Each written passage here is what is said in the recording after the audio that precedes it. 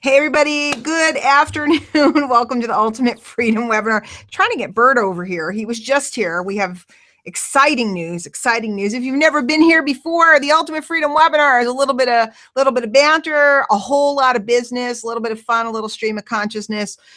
We always talk great business and we usually have a pretty good time. Bert, did you make it? It kicked me out. Was your email a rumor or is it confirmed? We're not sure. Wait, say one more time. Your email that you just sent out, is that possible or it's confirmed? I mean, there's no way to tell yet, right? Right, there's no way. We can't tell yet. We can, once we get her back, we can literally do prick her leg or something and get like a little blood thing, and there's like literally a place where you can send it in to just like regular, you know what I mean? So guys, the news is that Bert might be a goat grandpa. And so Knee-High has become a woman. I was wondering how to phrase that. I was like, oh, this is a tricky verbiage.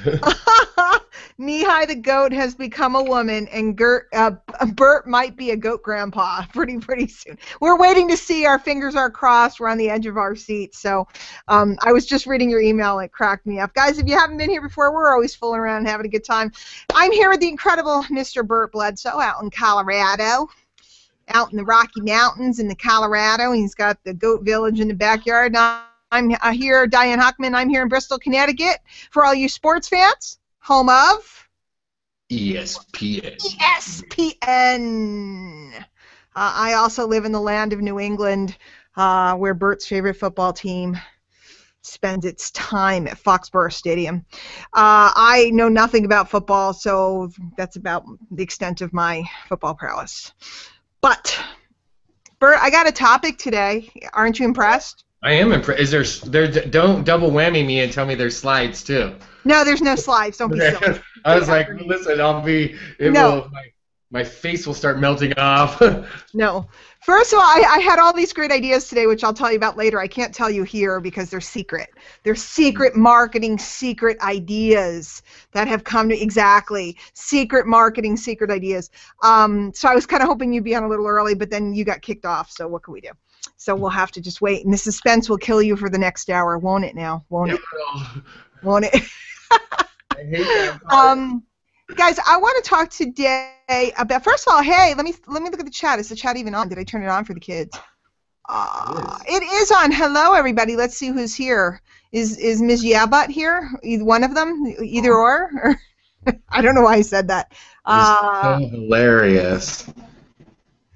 If you guys aren't in on the Yabutt joke, you just at some point later go back and ask someone, because that was the best last night, and it was literally in real time, like as you describe it. It was like I was laughing out loud, and my wife was like, "What is wrong with you? I thought you were watching a webinar," and I'm like, "I'm listening," and they can't even help it. It's like, but like it just. I see Linda's here. Where's one of the twins? The other twins at work. So. Hey, is Jack Kelly's real name Jackson, or did he just write that to be cool? I think he did that. I think that's just to be cool. Because if his real name is Jackson, hi Joy, the Philippines are in the house. Excited. If Jack's real name is Jackson, I'm just gonna get really excited about that, because that's pretty. I mean, he needs like sunglasses. You know what I'm saying? Like Jackson. That would be. Now, my friend just had a baby and named it Jackson, Jaxson. I'm not sure about that. I mean, I love her to tears. The baby is the cutest kid in the world. But I'm not sure about these derivative spellings. How do you feel about derivative spellings, Bert? No, I'm not. I'm just going to say this. I hope I'm pretty guaranteed that a majority of my sisters will not watch this, so I can say this in all confidence. One of my sisters... my niece is a wonderful, they're all beautiful children. I love them all, my nieces and nephews. One of them is easy to remember because it's a normal spelling. It's Elsie. It's just super simple. Yeah. But then then two of the nieces are Reagan and Tristan, but they're spelled with like A's and Y's and G-I-Y-N's. And with an accent aigu up top or something. With an umlaut, and you're like, isn't that from another language? You're like, I don't even think you're allowed to use that in English. That's that's against the rules, right? And then they did Grayson is my nephew, which is a cool name. I like the idea of the name Grayson, but it's spelled in a. So then I get Grayson and Reagan start swirling up there. I can't figure it out sometimes. How do you spell Grayson and Reagan? It really is Jackson? Oh, he wow. He said, but don't tell anyone. Oh, sorry. Just go by Jax, just J-A-X. Oh. Casey Jax. I'm sorry. Halloween. I just noticed. Yeah, so Reagan is like R-A-I-G-Y-N. And in my world, when I hear Reagan, I see Ron, and that spelling doesn't go with that Reagan, so then that messes it up. And then Grayson, come on, Grayson, I'm gonna have to look it up. It's like G, it's not normal. I can. So you can't even spell it. Okay. Tom DeMayo's excited because Jackson, the Jacksonville Jaguars, whose stadium I have passed when my sister lived in Jacksonville, their mascot is called Jackson with an X. Wow. So I think it's kind of cool. I have a great topic today, but we may digress. Because that's what we do. Do you guys like it when we digress, or do you want us to stay like on point? I love when I get that message from people. They write me a letter and they go, Diane, I really appreciate that you're very experienced in business and you've been doing this for 15 years, but I find that your trainings are a little too loose for my taste. I'm like, okay, I can tell you other trainings to go to, but when Bert and I are mixing it up, it's going to be a little wicky-wacky. It's going to be a little stream of consciousness. It's going to be a little out of control. I'm assuming if you guys show up, if you're new here, maybe you like it, maybe you won't, but those of you that hang around here, I'm assuming you like a little witty banter mixed in with your marketing. I'm assuming. I hope so. Maybe they'll send me hate notes in the chat in about a second. I want to talk about attraction marketing thought process. Okay, this is something that is heavily confusing to a lot of folks. And one of the biggest questions I get, and I bet you get it too, Bert, is how do you handle all your businesses? And I just always laugh. And I go, what do you mean? I only have one business.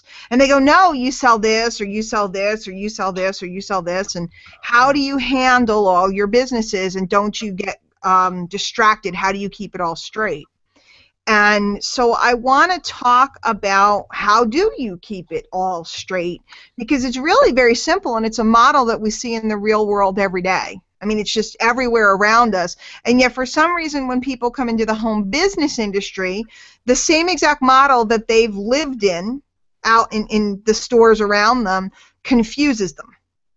So I want to work on that a little bit today. I want to help all you guys come to understand one, attraction marketing in general. Two, how do you sell multiple things or have, the infamous multiple streams of income? Is it right? Is it wrong? Is it evil? Like sometimes people hear that it's wrong. You can't have multiple. Bert, do you like getting money from lots of different places that send you money? Do you enjoy that? Yes, I enjoy it very much. Yeah, I enjoy it. Bob Miller says, Diane sells stuff. No, I just do this because I like to save the world. I'm out to save the world and save the He's laughing. He's having some fun. So there might be pictures involved today. How do we feel about the pictures? Christy, is his name really Jackson? Is it really Jackson? I need verification. Like on the official government paperwork that says you're called that name. Because that's important that we have a paper that's stamped by someone that says, poof, call him this. Sharonda, cool name. See, because her name, you can say it like you spell it. So I think I said it right. I hope I said it right. I'm pretty sure I did. So you asked yourself that today about the question about how to handle or manage the multiple streams. Is that the case? Because that's cool. Because this question I'm still waiting for verification from Christy. I know, that's what I was watching. I'm still waiting. Save baby goats for Bert. I don't need to save him. He's making babies. Bert and Bob are making babies, different kinds. But where is Clark? I haven't seen him in a while. Somebody go slap him around. He's probably on another island with his babylicious wife, doing what he does. He might be in Atlantis. He's always down in Atlantis. Every other day I look, I'm like, hey, Bob's in Atlantis again. Can we give Jessica a baby shower? What's the gestation period of a goat? Somebody look that up. Yeah, somebody Google it, because we're busy teaching you. Somebody look up the gestation period of a goat. It's not long. It's not as long as a person, I can tell you that. I would hope not, because they're not as big as people. But somebody look that up, because I think we need a baby shower. Now, I don't know what's in our grandma shower. I don't know what's involved. Now, you don't get one for every goat. Let me just be straightforward. Okay. This is the first. We got to get you those first Christmas ornaments and all that stuff. Yeah, I get it. Yeah. You got to let us know where to buy the nipples that you use for the little whatever. Anyway, I'm digressing. Okay, so let's take a quick. It's their fault, Bert. They have me distracted and giggling. It's Bob Miller's. I'm going to blame it on Bob Miller today. I blame it on him pretty darn often, but he is a video king now, so he gets away with it. Okay, let's do this. Present to everyone. It's very fancy. And let's see if I can get my fabulous little drawing program up. She confirms he is Jackson. I'm excited. Okay, Bert, do you see the drawing program here? Yes. The fabulous drawing program that I'm swirling around on? Okay. Did you ever have Spirograph as a kid? Yes or no? Yes, I did. Good. Okay. They took away the pins, and now it doesn't work good, but they're afraid we're going to poke our eyes out. So, I don't know. We're not allowed. I never did poke my eye out with the pin from Spirograph back in the day. Okay. So, attraction marketing, I'm echoing, is really simple. Okay? There's like people. There's people. Let's make these are people. I'm going to back it up. Why am I echoing, Bert? I don't know. Maybe it's me here. I seem to be echoing. Okay, let's draw people because it's more fun. We'll do that. Oh, no, I don't want a box. I want this. Okay, we're not going to do this. Forget it. We're going to use circles and make them be people. Okay. There's people out in the marketplace. It's just people wandering around out in the marketplace. And in any given marketplace, there's people that dig certain things. Bert, name something that you dig other than marketing stuff. Name something out in the world that you like. I like going to movies. Okay, so Bert is in the movie marketplace. I'm still echoing really bad. And people who like movies, what is something that they do when they're thinking about what movie they're going to go watch for the weekend, whether they're going to the theater or whether they're renting it or whatever? What do they do on a Thursday or a Friday?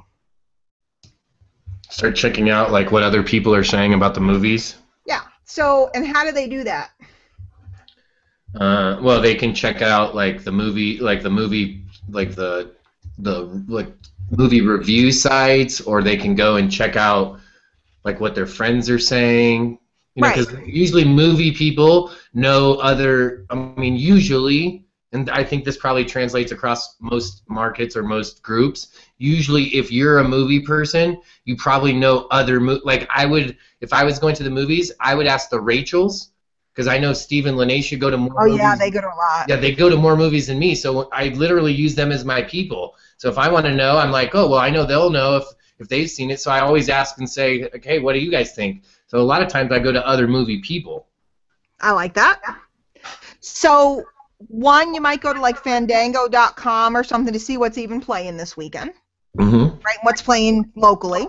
Yep. And then you might reach out to a friend either on Facebook or on the phone or whatever and say, hey, I'm looking at these two movies. Have you seen either one? Or you might even put on Facebook, who's seen XYZ movie? right? Yep. So people search and they ask. Is pretty much the common behavior. I mean, there might be some other behaviors in there, but these are pretty much the main ones. So there's all these people, and these people are interested in something, and so what they do is they start searching for answers about the thing, or they start asking other people, who do you know, or what do you know about this? I would say that that's pretty common, whether we're talking about apple pie recipes, whether we're talking about movies, or whether we're talking about home business training and stuff like that. Pretty common. Okay, and once they search and they ask, wait for it, they locate an information source.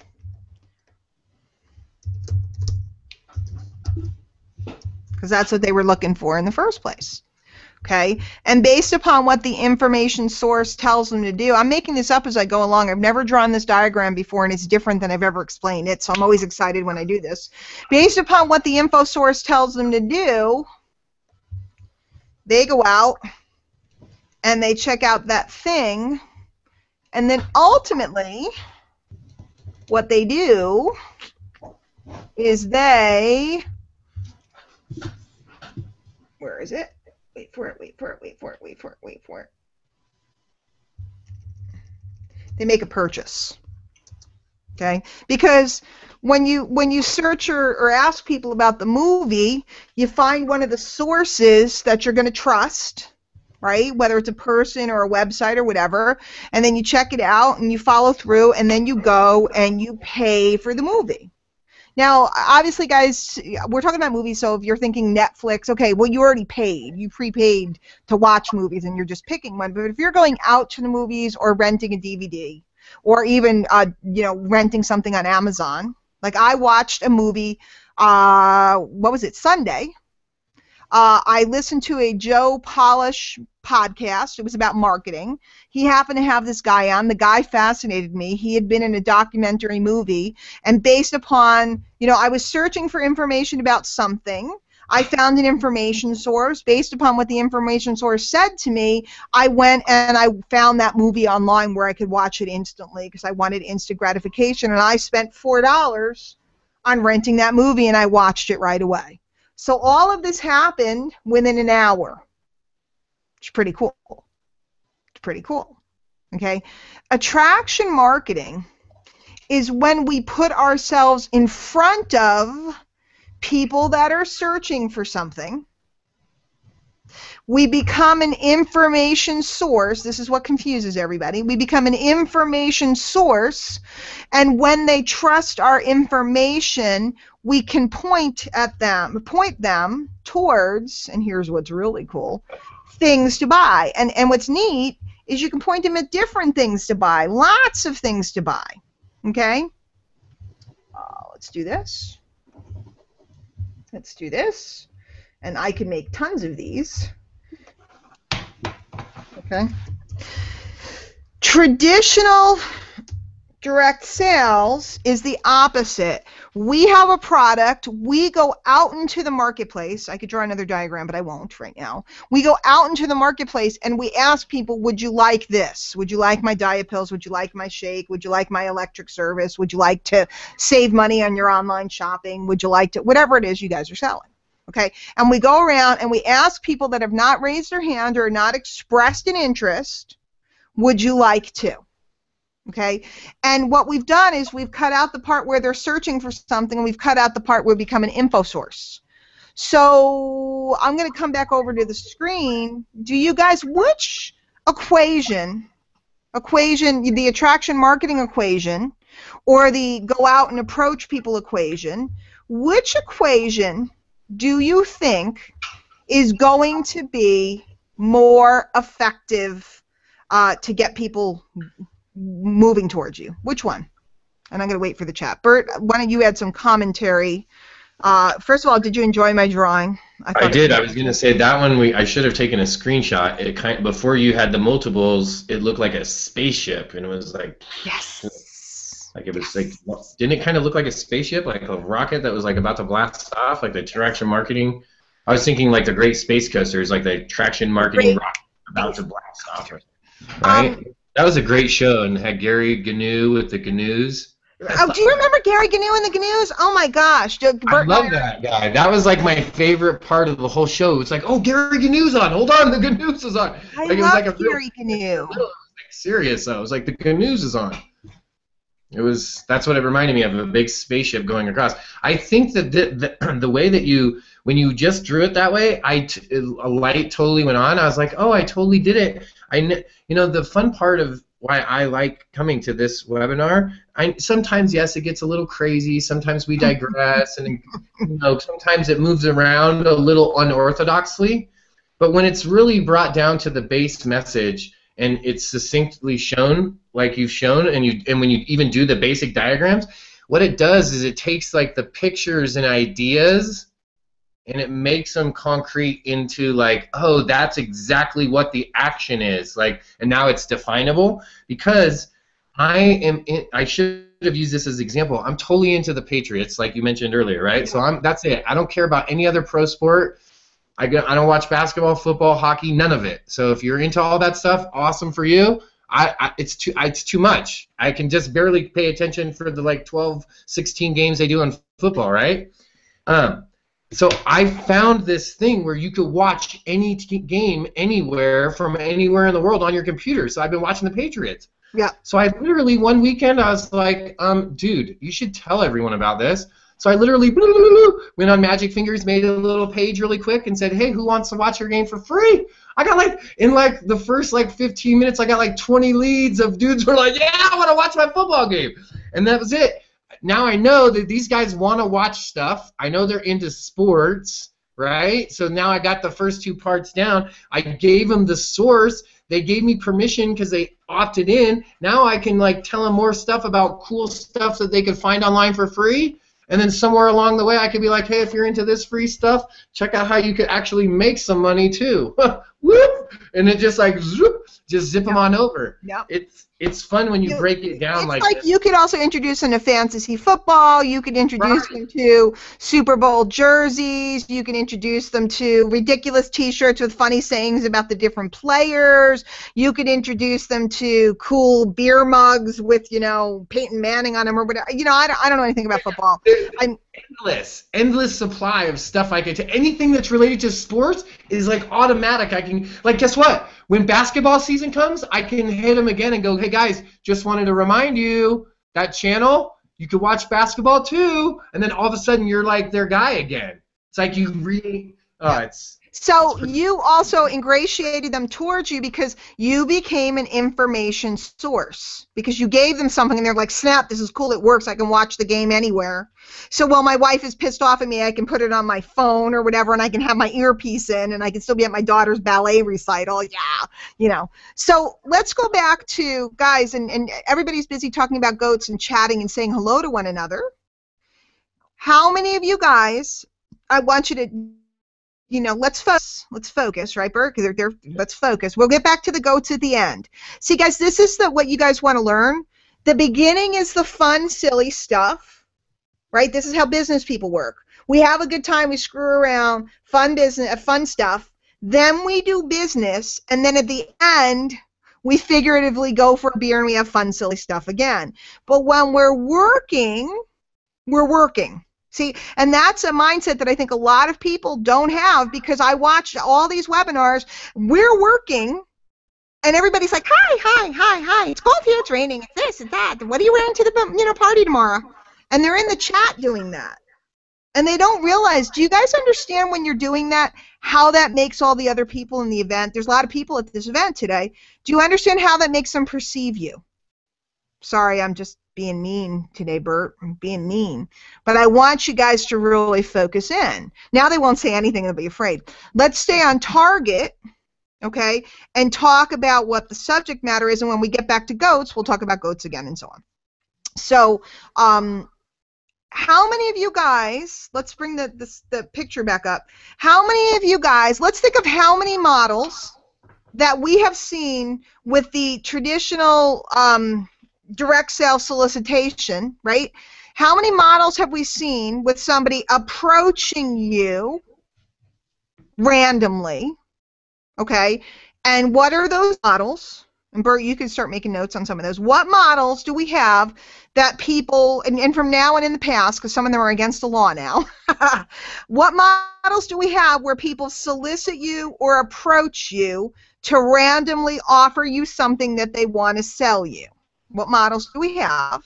And then I want you to think about what models do we have out in the world that are like the picture that I just drew, where there are people looking for something. They either search or ask people where they can find that. They find an info source. They build trust with the info source, and that info source can refer them to different products and services. I think if you split your sheet of paper in half and you put outward marketing versus inward marketing, or push versus pull, as Gary Vaynerchuk calls it, or a lot of people call it that. Push, meaning I go out and I push my product towards people, or pull, where I stay here and I become a resource. Which, just put on the sheet, which models, name them. Like, so somebody said cold calling. So a cold calling salesperson would be on the model of push.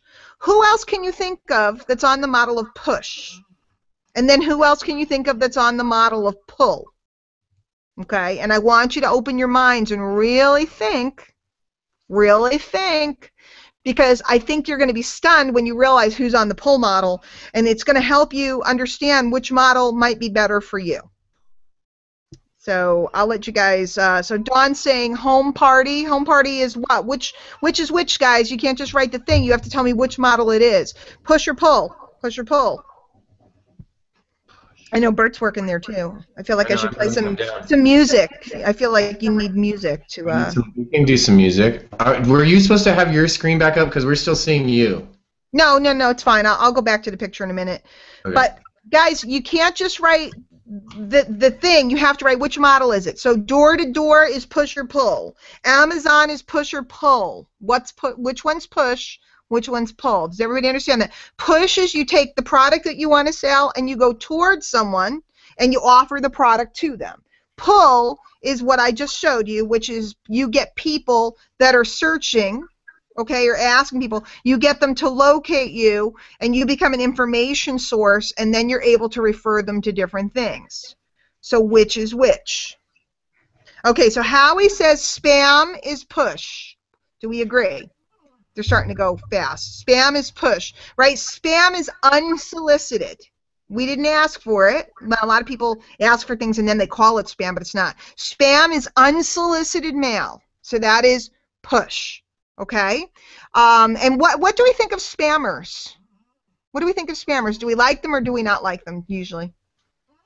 Well, we usually, I feel like we need more people. Do we need more people, Bert? I think we need more people. We can bring some more. I think that we don't. I think that as people, we probably don't know whether we like them. I think that what they're producing, the actual product that they're sending to us, the spam itself, we don't like.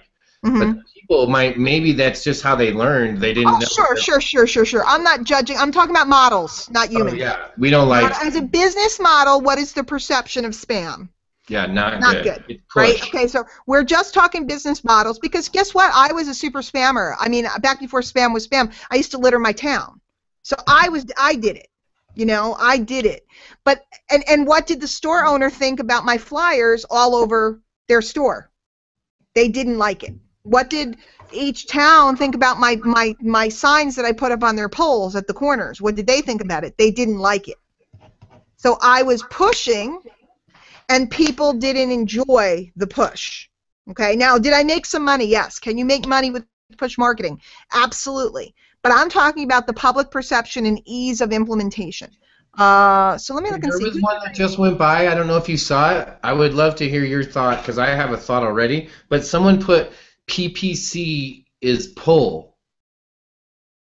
Yeah. Pay-per-click is pull. Yeah?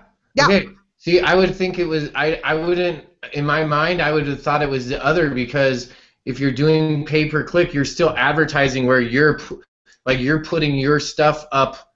Like you're still marketing outward. But the reason why it's pull is because you put it into a flow of people and then they choose whether to walk in or not. Like if I'm walking down Main Street in a town and there's a whole bunch of shops, I can walk through any of the doors. I look and I go, you know, I'm interested in ladies' lingerie today, so I walk into the lingerie store. Another day I'm interested in cleats for my son. I walk in the sporting goods store. So pay-per-click is putting information in front of people that are likely to be inclined towards your product. And then it's their choice whether or not they click. Okay. So I'm looking for. I want to bring over a couple people because I want like consensus on this. Should we get Kelly's, or who wants to come over? Somebody tell me in the chat that you want to come over. You must have a good camera and microphone. If you cause background noise, I have to make you go away.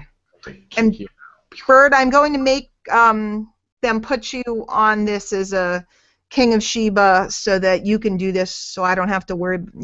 You know, so we could do it together. You know what I mean? Because you can't pull them, right? You can't see them. I can see them, but I can't pull them. I mean, I can see the chat today, but I can't pull them. Bro, you tell me, who should we bring? Pick some people or find it. Who's over there? Let me see. Who's over there? I saw Bob Miller's always good if his camera works and his microphone. There's the who else is over there? I mean, Jackson's just fun because we can call him Jackson. That would be fun just to do.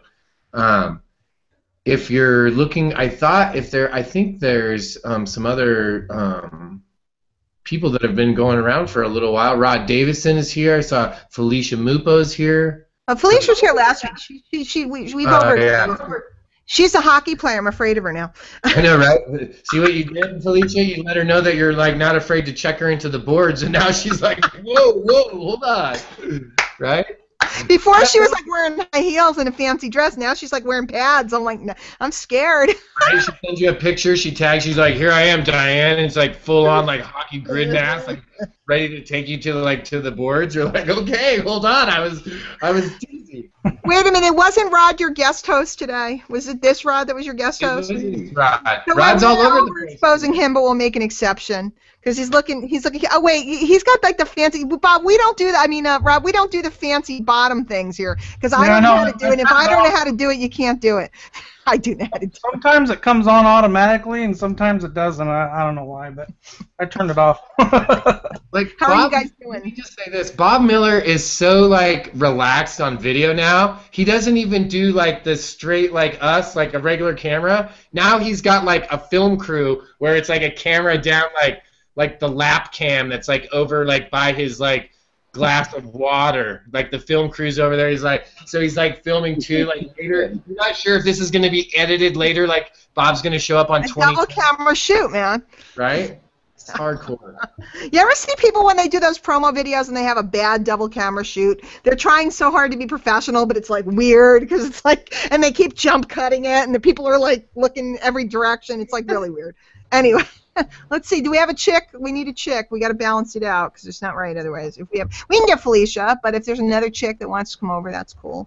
Because with this discussion is really important. So I just need some consensus that people are following me because I know that Bert is. If you're a chick that wants to come over, jump up and down.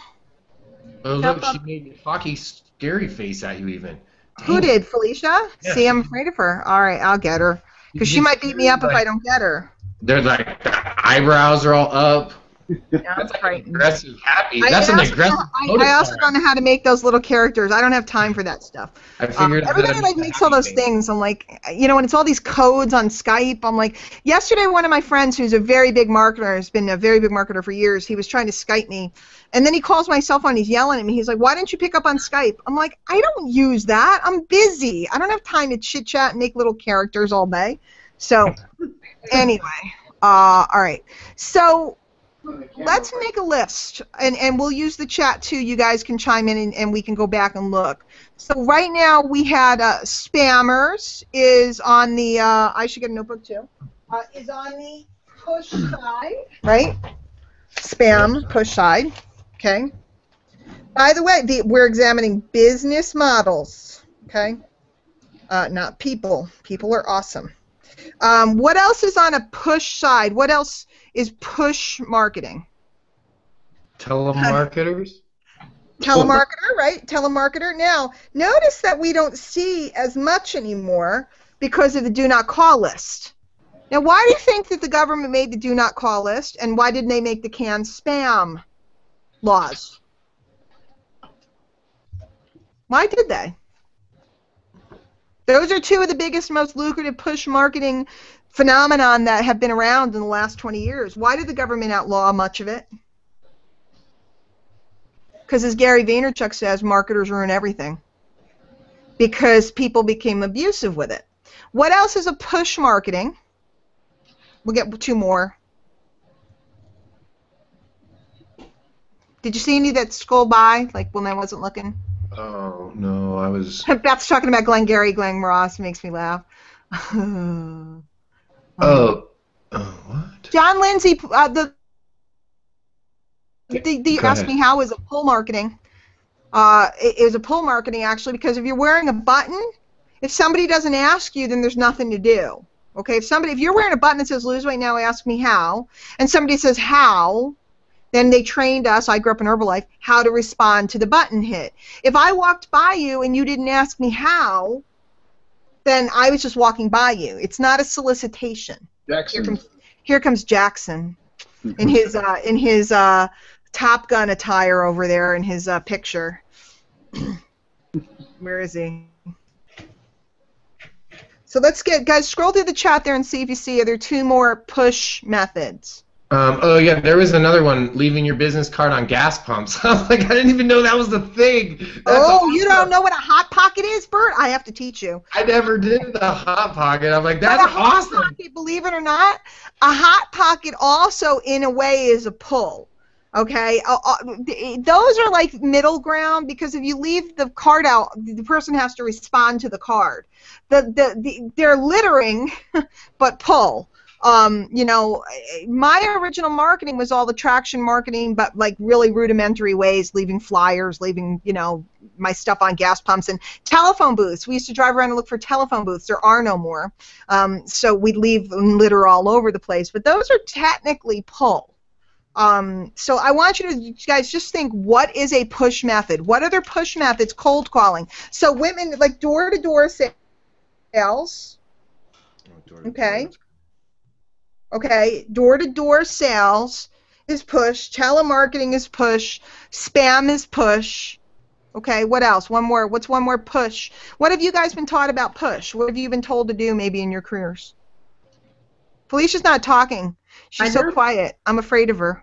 No, don't be afraid. Felicia, I'm so having fun with you. I love those pictures. People love those pictures. Oh my God, they're awesome. Thank you. A little surprise about me, you didn't know. There you go. I love you that you don't know. I love that. Uh-oh, Jackson crashed. Let's try again. I put in there early on that I thought that Amazon.com has really made a great business from pull and being that trusted resource. Then I saw some people posting in there that they saw Amazon more as push. What do you think? Oh, I think they're pull. 100% pull. I'm glad we brought this up, because this is turning into a slightly different topic than I intended today, but I think this is powerful, okay? Yes, Beth and Joe are right now, and by the way, Joe Lopez, he said there's no GNUs like Gary GNUs before, just so you know, Bert. Somebody who remembers with us. Warm market, okay, it's interesting. Tanya, newsletters are not a push. We'll talk about that in a minute. Warm market is neither nor. Soliciting your warm market is push. Hi, Aunt Mary. This is Sally. I just want to let you know I just started a home business, and I was wondering if you could blankety blank blank. That's push. Okay? Going to the mall and starting a conversation and saying to somebody, if I could show you a way to make an extra $500 this week around what you're already doing, would you have 20 minutes to take a look? That's push. The main characteristic of push is that the person wasn't looking for something. Okay, if I'm a telemarketer and I'm soliciting business to business and I'm calling people trying to sell them insurance or whatever, if they weren't looking for insurance and I didn't get them as a lead for insurance and I randomly called them, that's push marketing. Now, does this model work with perseverance and working really hard? Absolutely. Have people made millions with push marketing? Absolutely. Right? Do we all agree? Yep. People have made millions with push marketing. But let me ask you a question. do people, all of these models that we mentioned, what's the perception? Do people like these marketers or dislike them? Dislike them. Dislike them. Dislike them in general, I think. Okay. Dislike them. Let me tell you guys a story. Recently, I think some of you guys heard, I bought 2 cars cash in a day. Okay. Something happened. One car was funky, and I said, forget it. I'm going to go buy 2 cars because my daughter, Sarah, was going to get her driver's license and whatever. So I went to the dealership. I found a car that I was interested in online. Called the guy, said, which location. They had 3 locations. Which location is the car at? He told me where it was. I said, great, I want this one, I want to look at this one and pull up some other ones. Here's some other options. I had already looked at his inventory. I already knew what I wanted. I said, pull up those cars. I want to look at them. What time do you want to come? 5:30, great, we'll be over there. Well, there were 2 distributorships next to each other that are the same company name. You know how there's different, dealerships and they have different locations? So there was a Crowley Volkswagen and a Crowley Lincoln or something like that. I forget, whatever. They're next to each other but across the street. The guy just told me he was in the Plainville location, not Bristol, so I drove to Plainville. I didn't know which lot I was supposed to pull into. Okay? I have an appointment with a guy who already has cars that I want to look at. I go into the other place first because I don't know which one is the right one. And the guy who meets me says, oh, yeah, I'm glad you called and this and that. Turns out that car is out on loaner. I don't have that one for you, but I have some other cars. And he was completely bullshitting. He was lying. He wasn't the guy I talked to. He told me that the guy that I talked to wasn't there right now. Something happened. He got called away. And he starts walking me out onto the lot. And I didn't pick up on it immediately. It took me a few minutes to realize that the guy was full of crap. I had just walked in the door, and he was going to try to get me. Pissed me off. And while I was talking to him, the other guy called and said, hey, I just want to make sure you're still coming. And I said, well, I'm over here. I said, so I'm guessing you're across the street. And he goes, yeah. And I said, well, your friend Victor over here told me that you weren't available and the car was out on loan. And he goes, oh, well, you let Victor know that the car is sitting right here, and why don't you come on over and I'll take care of you. That guy was a scumbag. And by the way, I also called the number on the website and ended up getting the Bristol number. And the guy in Bristol gave me the same runaround trying to get me to come to Bristol instead of going to where the car I wanted was. Okay? That's sucky. Okay? That made me feel like I needed a shower. And then I went over and I saw the guy. The car was sitting there. We drove it around. It was great. We picked out another car. The next day we gave him a deposit. The next day we came back with the money from the bank. Boom, bought the cars. So it was just ridiculous. So car salesmen, if you walk into a dealership looking, it's not push, it's pull because you walked in the door. But that perception, right, of the car salesman always trying to jerk you around, timeshare salesman and so on and so forth. And timeshares are often, they're out on the streets, in the resorts trying to get you to come in and lure you with something. So people have a negative perception of push marketing, even if it can be a lucrative model. We're losing people. They come and they go. It's weird. So let's talk about pull, because I want you guys to really, really, really understand this. Pull marketing, Amazon is one of them. Does anybody else in the chat love Amazon? Does anybody but me love Amazon? I buy almost. I love Amazon. Right? They have everything. I'm a Prime member, so it can be shipped to me in like 2 minutes. Yep. I can have it the next day for $4, or I can have it the day after for free. And they have everything under the sun you can think of. I needed ballet slippers. They had them. I needed some kind of stuff. They had it. They have everything. Love Amazon. So when I go to Amazon, I'm just looking for what I want. They've become a trusted resource, and I buy from them all the time. How many different categories of things have I bought from Amazon? Everything under the sun. Now let me ask you guys, how many products do you think Amazon sells? What do you got there, Bert? Just something I ordered for a shirt I ordered from Amazon. I still haven't even worn yet. I love that place. I just see it. I'm like, whoa. And then when they get you, because then they're like, hey, if you like that, you might like this other thing down here. I always like the stuff that they show me on the bottom. I'm like, yes, I do want that extra stuff. Oh, wait a minute. So you mean they're customer focused and they figure out what you like and then they show you more things that you like? What a novel, crazy idea. Why? I love people that are like in a business model where they think they're only allowed to sell one thing and they have to do it this way. And I'm like, well, if you sold them a exercise DVD, why don't you show them your favorite kind of sneakers? Why don't you show them your Fitbit thing that you wear? Why don't you show them some of the other things that go along with this? Oh, no, I can't do that. I'm not allowed. Okay, I don't get it. So Amazon is very much a pull marketing model that sells multiple things. How many businesses do they run? They sell how many things? How many things do you think they sell at Amazon? Million. Right? Probably. I mean, we'd have to sit and count them all, but they sell a lot of stuff. How many businesses do they run? One, right? One. Oh my God, Amazon, how do you manage all your businesses? I'm so confused. Right? Amazon doesn't manage businesses. Amazon lets people search and or other people talk about it. I just told you I love Prime. If you're not a Prime member, you're crazy. I remember when I found out about it, I thought it was the best thing. Then they just recently raised the price. I was like, hallelujah, I'll take it. I don't care. I didn't care that they raised the price $20. I didn't care that they raised the price $20. Because I order so much stuff from them, I feel like I'm cheating them. Jackson. There he is. Oh, and he put on his sunglasses. Good. I feel good. He looks very mysterious. So Amazon is the epitome of the model where people are searching or looking for something. They either search and find them, or they ask someone and somebody says, try Amazon.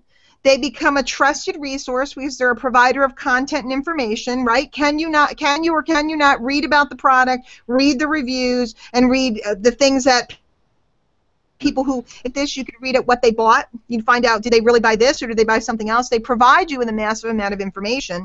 So you build trust, and then they keep showing you more things to buy. It is the epitome of the model. The epitome of the model. Okay? Let's name something else that is a pull model. And I want you to think outside of the box and think outside of just marketing and sales, because I think you'll be a little stunned when you start to realize what types of businesses in the real world use the pull model. What do we got? You guys hit me, and I will also look in the chat. I say cable providers or TV or that whole entertainment world. Sure. They're kind of like, there's very little competition, so there's only, most places there's only like 2 choices.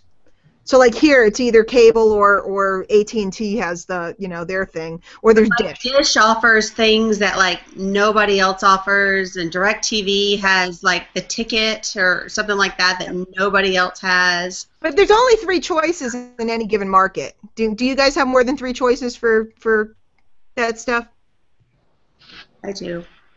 You do. You have more than 3. Well, you live in Dallas. Do you have more than 3 choices for paid TV? Yeah, we've got Fios, Verizon, AT&T, and then the regular whatever the local cable is, like Grande, Com. But then we've got Dish Network and whatever it is we have. We have something else, not Dish Network, whatever the other. Got a satellite one. DirecTV, yeah. DirecTV. So there's 5 choices. Mm-hmm. My point is that in that world, it's very much pull, but there's not a lot of choices. There's not a lot of choices. In a big metropolitan market, you might have 5 choices. In a rural market, in some markets, they have 1 choice. It's the satellite Shaw or whatever it is. I forget what it's called. Okay. How many choices do you have in Colorado Springs area for paid TV if you wanted it? Yeah, we just have the 2 satellites, and then so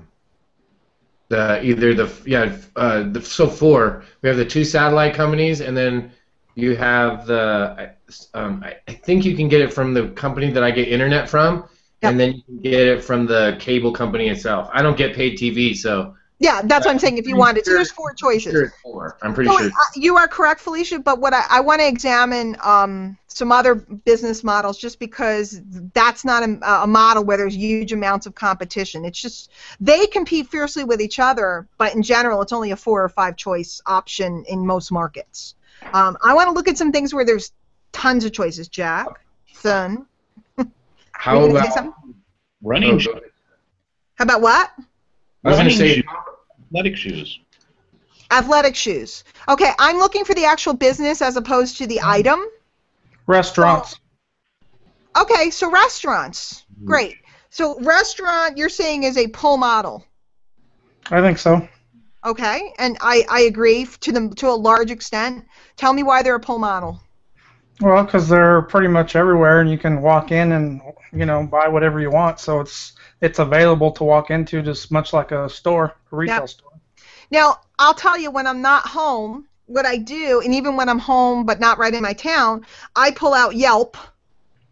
Right, Yelp. Have you guys ever used Yelp? It's an iPhone app, and I pull up what's local, what's nearby, restaurants, what's nearby, and I scroll through, and I look and I see. So I remember what I said: search or ask.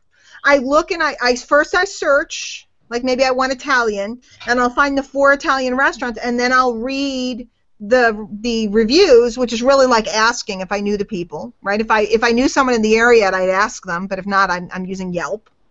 Okay, and then when I go to the restaurant, they either become a trusted resource because I liked them, or they don't, right? Because they either stank and I wouldn't go back again, or they were really good.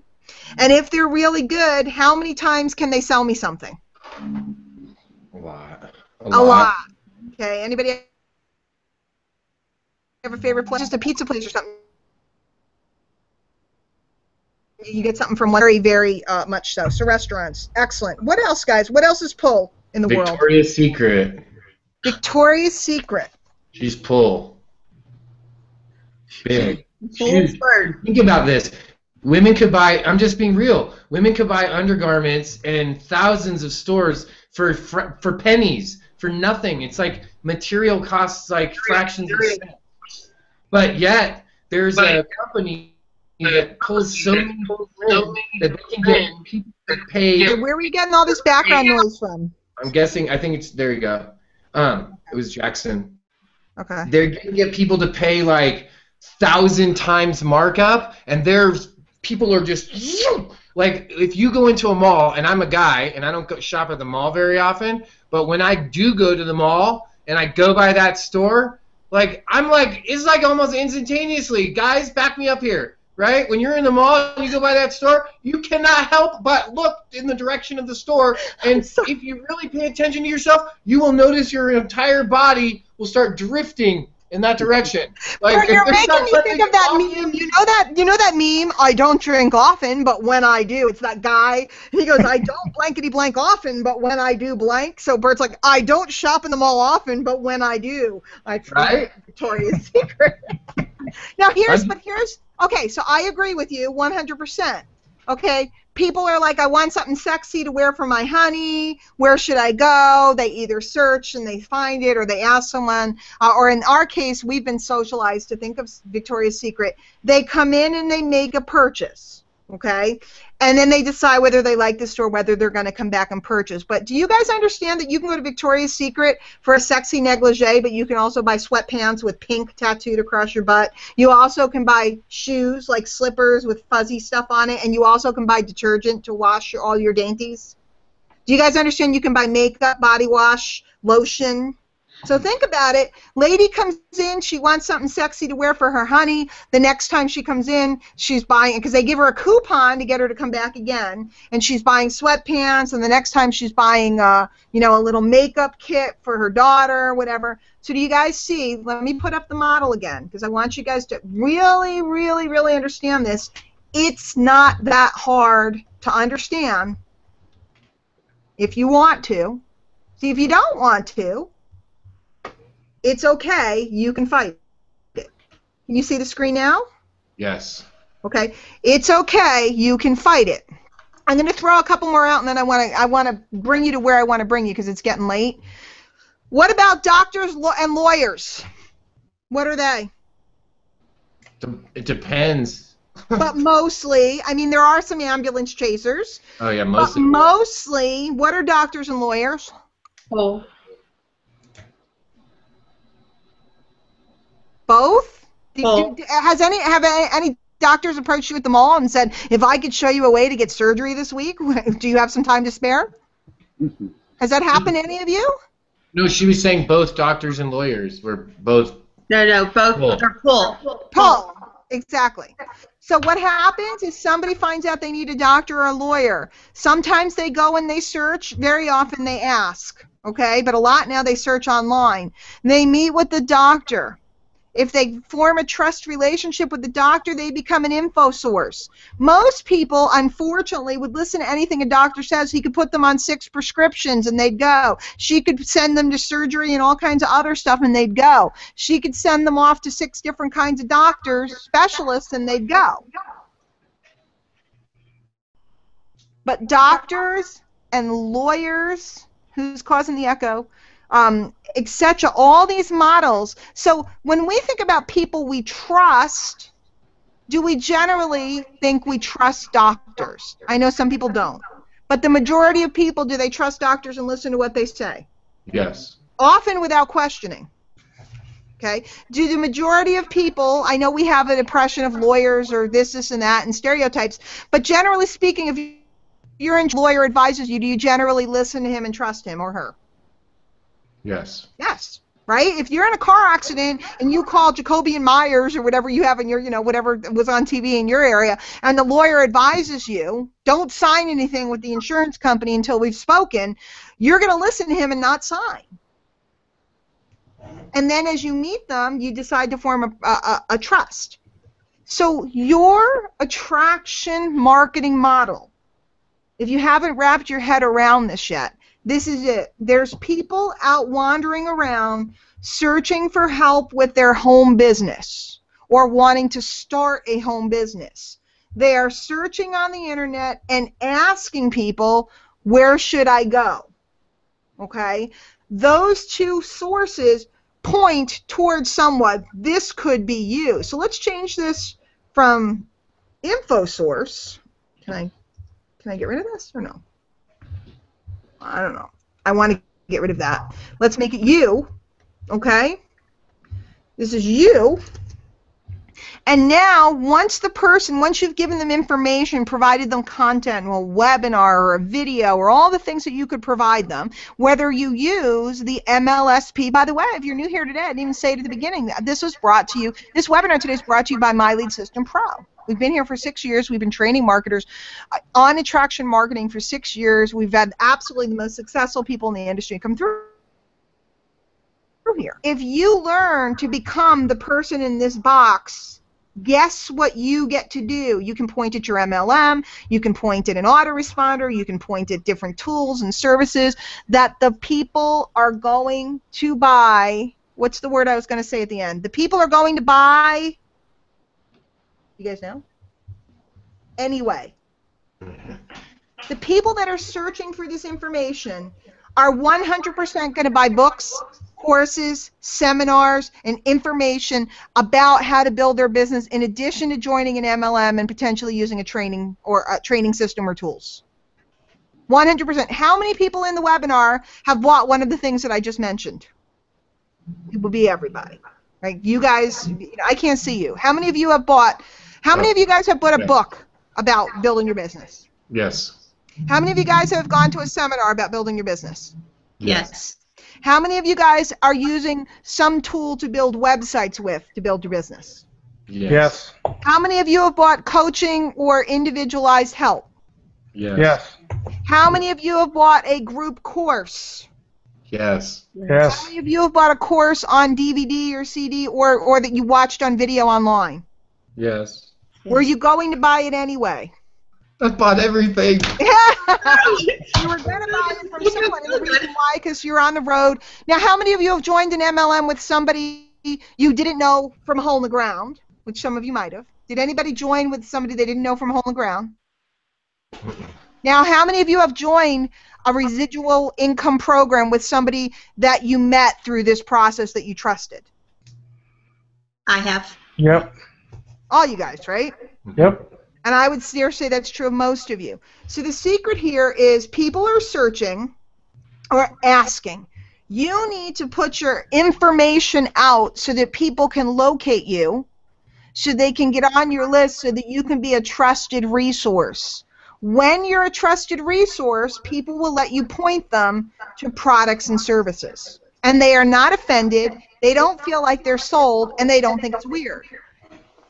Now, if you go on the internet and you run around in Facebook groups and you constantly push things at people, today I was solicited today. Today via Facebook Messenger. And it's a great person, and they might hear us talk about this, a great person, I really like them, but it felt yucky. It felt yucky. I felt like they didn't have the right to pitch me. I felt yucky, and it would be like, I don't know, I mean, it would be like your doctor kind of like pitching you on, you could really use a little Botox over there, thanks. I appreciate that for pointing that out. So this is the model. The model is simple, and here's the choice. You can go with a model that's push, that works, but that people don't enjoy, right? If somebody pushed towards me today, I didn't enjoy it.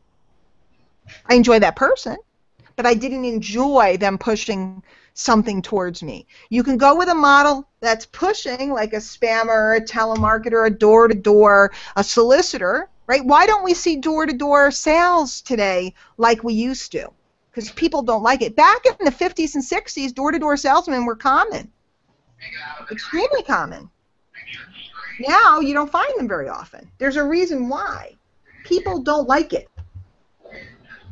Okay? We live in a day and age where if you follow this model, hopefully you guys jotted it down, you can have tons and tons and tons of people coming through your camp that trust you, and you are able to show them different products and services that will serve them, that are of value to them. They will not be offended. They will stick with you. They will not feel like you tried to sell them or push them or bother them. And guess what? They will join your MLMs if they're looking for an MLM when the time is right.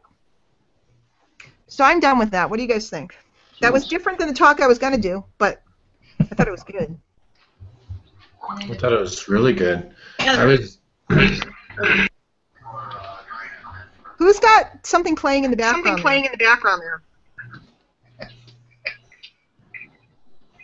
Where is the sound coming from? Ooh. It's coming from Jackson. Jackson. No, it's not. No. I'm seeing it. The computer's telling me to. Really? Yep, it's your speakers feeding back. Yeah. Watch. I just muted him and it's gone. Now every time Jack comes around, I'm going to think of, I'm going to Jackson. I know, right? That's what I think of when you say Jackson. I think of, I'm going to Jackson. Right? I think of Johnny Cash. So I grew up on Johnny Cash, man. My father was a big Johnny Cash fan. I used to hate Johnny Cash when I was a kid. Now I think he's darn cool, now that he's gone. I love Johnny Cash. There you go. Just unmute for a second. It's like I love Johnny Cash. Jack, I'm really sorry. It's your speakers feeding back through your mic. You'll figure it out. So let me look and see. So guys, do you understand? All of this stuff is not running multiple businesses. I run one business where I'm a trusted person, and then I refer people to different products and services that I know will serve them. Whether they ask me, sometimes they ask me, what do you use for this, this, and that, or I just write it out in my newsletter, just like Amazon sends you an email. When Amazon sends you an email, I'm on the Groupon. You know what one I love? Oh, my God. Felicia, you might like this. Zulily. For the ladies, I don't know. Zulily has the most amazing deals. And don't sign up for Zulily if you're going to go look. It's like one of those deal sites. Let me refer you. I get $15. Please, let me refer you. Okay, message me. I'll refer you. It's really more for the girls and guys. But I love that. They email me every day, and I'm never offended by their email because they have such wonderful deals that I'm just always looking forward to their email. What if your people were looking forward to your email because you were either giving them something helpful or sending them a great deal? People would open your emails. People would, and that's what the secret to my open rate is. I'm always sending out something that's either helpful or a good deal, and people eat it up. So they always open my emails because they feel I'm helping them, because they found me, and then I've treated them great, and I've become a trusted advisor, and now I have their permission to point at stuff. That's it. Now, let me give you a caveat. My impression, okay? As far as MLMs are concerned, I'm not sure you can effectively, if you want to build a big downline, I don't think you can effectively build more than one at a time. You can build one and get it stable and then build another one. I'm all for different streams of income and you know, diversifying your income. But I really don't believe you can build multiple MLMs at one time, especially if you're a novice. I don't recommend you do that. A lot of people think I'm going to join all these different things. I don't recommend that. What I think you do is you select one, you know, kind of like center of the wagon wheel, and then the spokes. So like, let's say I'm selling health and wellness. Now let's go out and find the sneakers and the Fitbit and the, you know, the, I don't know, whatever, the workout DVDs and the whatever else that goes along with the things that your people might be looking for. And it's all based upon your audience. Think about what they're looking for. Where's all the noise coming from? Dan, I wanted to share a quick story that goes right along with what it is you're talking about of doing all these different stories. Mm-hmm. Bert may remember this.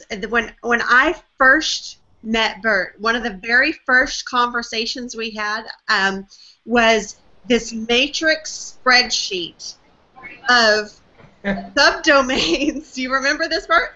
Okay, so it was all these subdomains. So I was just coming online. I was with an MLM, but I was trying to figure out how to position myself in the marketplace. And I know this is not going to surprise you at all, but I was on vacation with my family, so I didn't have access to PowerPoint. Otherwise, he would have gotten it in PowerPoint.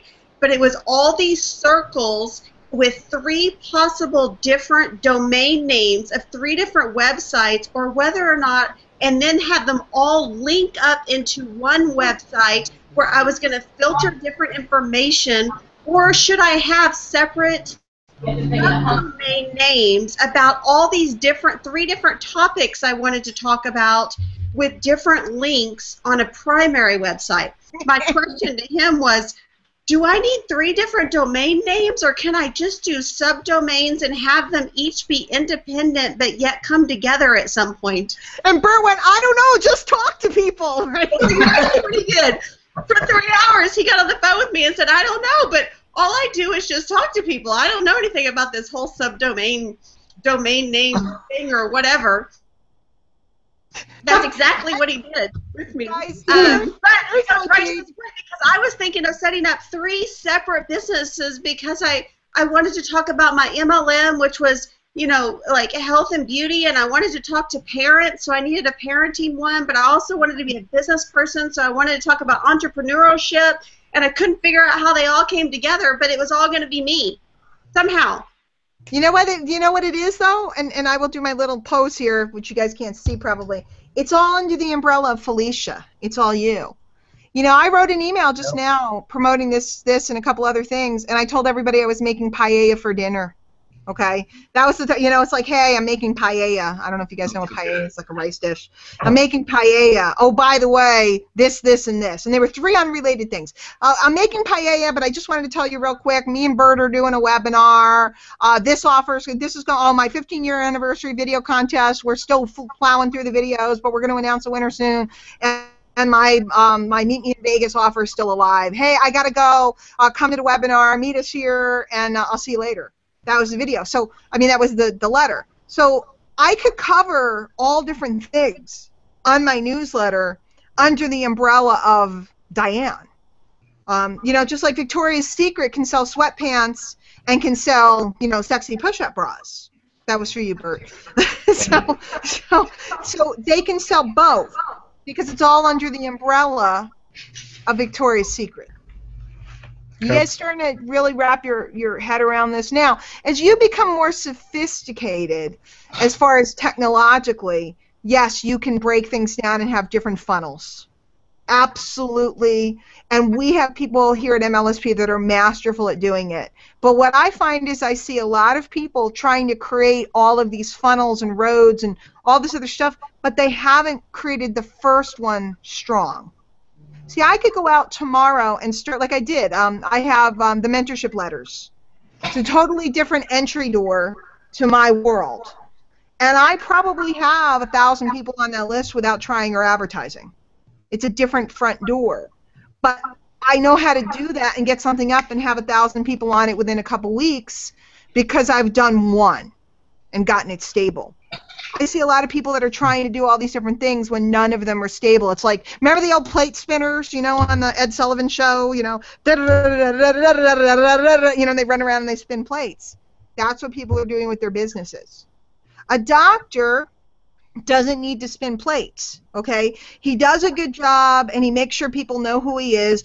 People search and they find him, or they ask other people and they find him or her, and then the person comes in, they build a trust relationship, and then the doctor can refer you to all kinds of stuff. They don't have to have, you know, if you have indigestion, come in this door. If your toe hurts, come in this door. If your back hurts, come in this door. You know, they don't do that.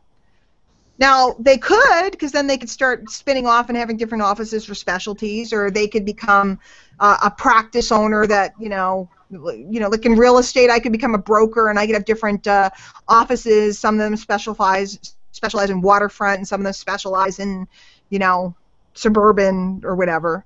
You can do that as your business grows. But in the beginning, it's about the model that I just showed you.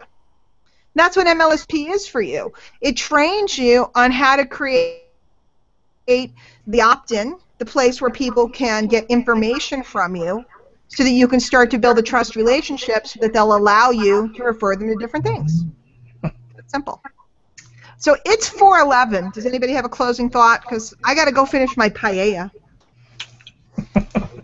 That sounds delicious. I was just looking through my email for the invitation to Diane's house.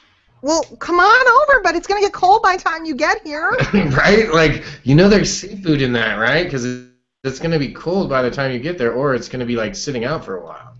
Ooh. I want to say one other thing before we go. Wait, where is it coming from? It's Jackie. I want to vent on something that I want to say, and I want to say it in front of a public audience. I said it to Bert yesterday. Guys, I want each and every one of you to become very proud and excited about where you are in your business and where you are on your path to freedom. Okay?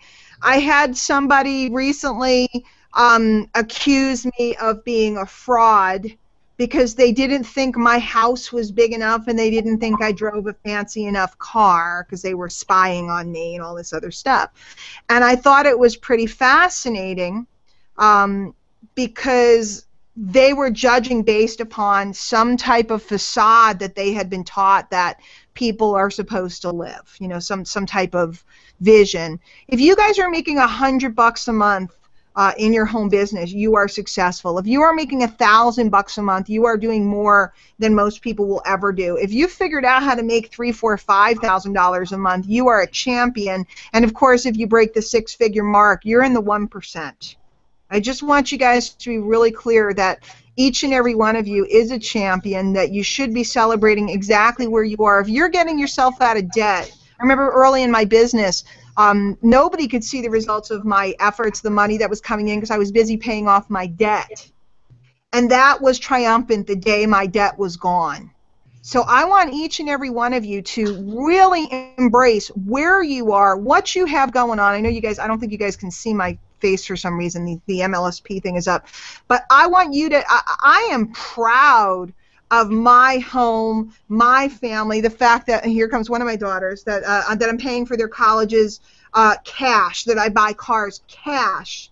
And if somebody doesn't like my lifestyle that I chose for my family and me, well, you know where they can go. And I hope you all embrace that, because in My Lead System Pro, this is about your freedom, your model. Yes, he's raising a glass. Your model about the way that you choose to live your life. Do not let anybody ever tell you what your life is supposed to look like. And that is my closing note. I love you guys all. Bert, as always, thank you for being here. I have strategy to talk to you about later. The rest of you guys, thanks for coming over and helping us out. Those of you in the chat, thank you for adding. And there's no GNUs like Gary GNUs. We will see all you guys later. I'm shutting down. Take care, everyone. Bye, everyone. Thank you. Bye, everyone. Thank you. Bye, everyone.